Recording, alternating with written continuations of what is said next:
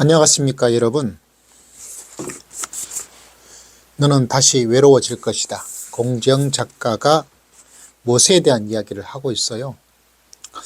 모세가 이스라엘 백성을 40년간 지도했지만 가나안 땅에 들어가지를 못하였죠. 너는 건너갈 수가 없다. 들어갈 수 없다 라고 이야기를 하는데 왜 그랬을까? 모세가 참 섭섭했다고 저는 생각을 합니다. 내가 이렇게 고생했는데 왜 나는 못 들어갈까? 참 아이러니하죠. 참 이해할 수 없는 하나님의 결정이라고 생각을 해볼 수가 있어요. 왜 하나님께서 그렇게 했을까? 여러 가지 생각을 해볼 수 있는데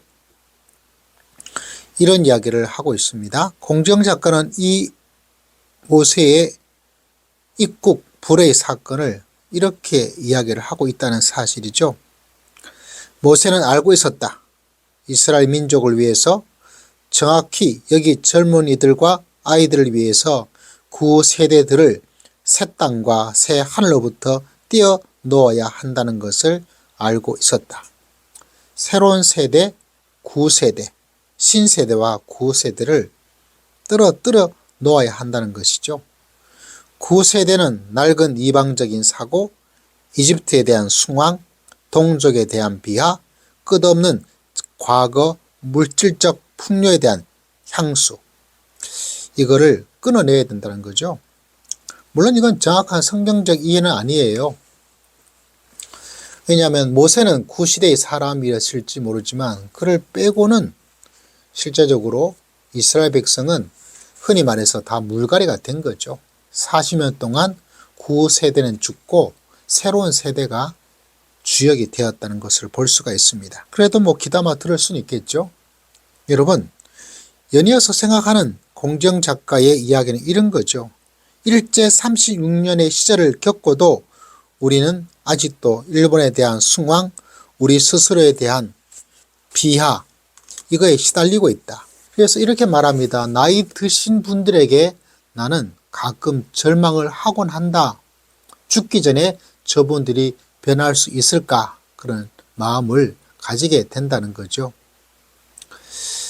다시 말하자면 과거와 단절을 할 수 없다는 거죠. 그러면서 스스로 반성도 합니다. 어찌 저 사람의 문제일까? 노년으로 접어든 우리 86 세대들이 그처럼 되지 않으리라는 보장이 있을까? 우리 세대가 태극기 부대라 폄하하는 사람도 젊어서 가졌던 자신들의 기억을 업데이트하지 못한 사람들이라고 생각한다. 배고픔에서 해방시킨 박정희는 무조건 고마운 분이고 사회주의는 무조건 나쁘며 일본은 사실은 우리보다 훨씬 나았다는 기억. 그죠? 이렇게 되어 있는 모습들. 우리 86 세대도 이런 엄청난 과거의 생각에 사로잡혀 있을 때 태극기 부대, 다시 말하자면 우리도 그렇게 될 수 있다. 경직된 사고, 강요되는 편향들, 이것에게 빠지고 있지 않을까. 다시 말하자면 업데이트 하지 않으면 이렇게 경직된 사고 속으로 그리고 편견 속으로 들어갈 때가 많이 있습니다. 우리 한국교회는 보수적입니다. 아닌 기독교의 성향도 없잖아 있지만 그래서 굉장히 경직되어 있어요.